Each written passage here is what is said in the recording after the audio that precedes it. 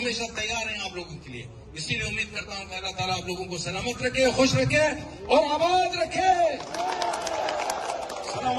जैसे कि दोस्तों आप लोगों ने शुरुआत में क्लिप देखी होगी कि जो दुबई के शेख साहब हैं और कैसे अजनबी लोगों के लिए काफ़ी बेहतर तरीके से उन लोगों को अपडेट देते हैं।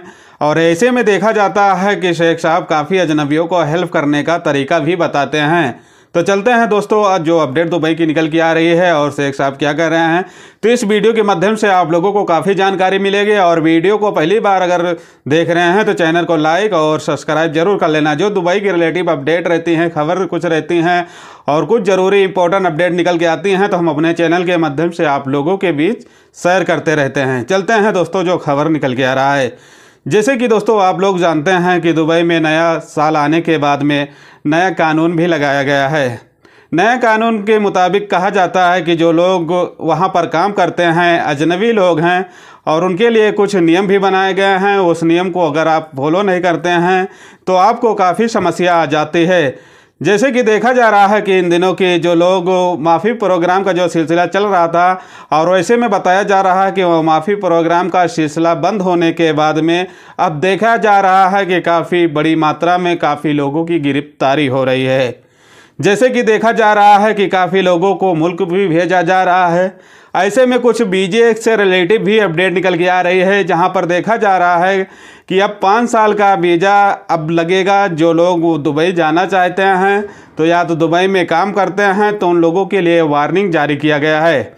ऐसे में कहा जाता है कि जो लोग अगर दुबई में 15 साल से ज़्यादा जॉब कर रहे हैं और उन लोगों को बताया जा रहा है कि अब परमानेंट वीज़ा जो 5 साल का होता है वो लोग आराम से लगवा सकते हैं। ऐसे में देखा गया है कि जो लोग अगर नया वीज़ा लगाना चाहते हैं और फर्स्ट टाइम आना चाहते हैं तो उन लोगों के लिए अभी अलाउड नहीं किया गया है। जैसे कहा जाता है कि गल्फ़ कंट्री में अगर कहीं भी आप काम किए हैं, अगर आपका 10 और 15 साल का एक्सपीरियंस है तो उन्हीं लोगों के लिए वीज़ा प्रोवाइड कराया जा रहा है।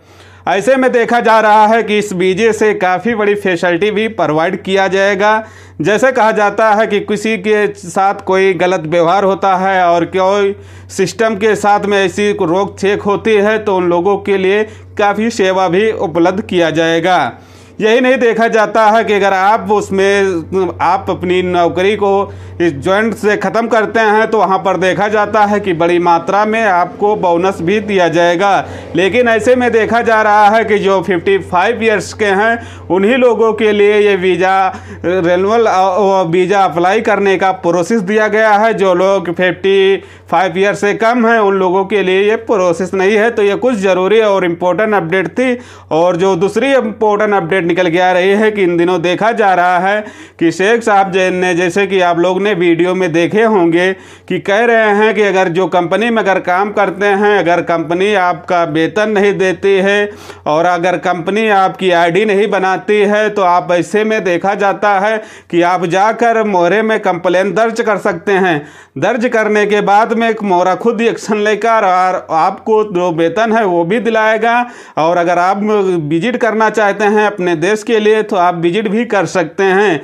जैसे कि कहा जाता है कि दुबई में कानून न जानने के कारण काफ़ी लोगों की गिरफ्तारी होती है और काफ़ी लोगों को जेल भी भेजा जाता है। ऐसे में देखा जाता है कि जो काफ़ी अपडेट रहते हैं उस अपडेट को आप फॉलो नहीं करते। जैसे कि जो नियम बनाया गया है उस नियम को आपको फॉलो करना है, नियम का उल्लंघन नहीं करना है, नहीं तो आपके ऊपर जो समस्या रहती हैं काफ़ी बढ़ जाती हैं। तो इन बातों को ख्याल रखना होगा। तीसरी इम्पोर्टेंट अपडेट जो है, जैसे कि इन दिनों देखा जा रहा है कि काफ़ी विषय का चर्चा बना हुआ है कि जो लोग के पास एक्सपायर हो गया है, जिसका वीज़ा एक्सपायर हो गया है और कुछ लोगों को जो आईडी एक्सपायर हो गया है और उसमें देखा जा रहा है कि ओवर स्टे चार्ज भी है, तो उन लोगों को रेन्यूअल कराने के लिए जो प्रोसेस दिया गया था वो प्रोसेस बताया जा रहा है कि अब बंद कर दिया गया है। अगर आप रेन्यूअल कराते हैं तो अब ओवर स्टे का जो आपको चार्ज आएगा वो फुल चार्ज आप लोगों को पे करना होगा अगर दुबई में रहना है तो, नहीं तो अगर आप पकड़े जाएंगे तो सीधा डिपोर्ट कर दिए जाएंगे। तो इन बातों को आपको ख्याल रखना होगा। जो एक और छोटी अपडेट निकल के आ रही है कि जैसे कि आप जानते हैं कि दुबई में अगर काम करते हैं और किसी समस्या की वजह से आप लोगों के साथ में कोई गलत व्यवहार करके और आपको कॉल करता है और आपसे कुछ पर्सनल डाटा पूछता है, तो ऐसे में देखा जाता है कि जो दुबई पुलिस है काफ़ी लोगों के लिए काफ़ी वार्निंग भी दे रही है कि अगर अनजान व्यक्ति आपके पास कॉल करता है तो आप लोग उससे सावधानी बरतें, किसी को अपना इंफॉर्मेशन ना दें, ना किसी के साथ अपना पर्सनल डाटा शेयर करें, नहीं तो देखा जाता है कि काफ़ी लोगों के साथ में काफ़ी गलत व्यवहार होता है, काफ़ी लोगों के साथ में काफ़ी फ्रॉडगिरी होती है। ऐसे में देखा जाता है कि काफ़ी लोगों ने काफ़ी लोगों के साथ गलत व्यवहार किए हैं और उन लोगों को ऊपर काफ़ी बड़ी कानूनी कार्रवाई की जा रही है। तो अगर आपको कोई गलत इन्फॉर्मेशन देता है तो आपके करीबी जो पुलिस स्टेशन है वहाँ पर जाकर आप शिकायत दर्ज करा सकते हैं। तो इन बातों को आपको ख्याल रखना होगा। जैसे कि देखा जा रहा है कि इस समय कि 15,000 से अधिक लोगों को भारत भेजा गया है दुबई से। जैसे कि आप जानते हैं कि ये कैसे भेजे गए हैं, तो इस वीडियो में आप लोगों को जानकारी मिल जाएगी।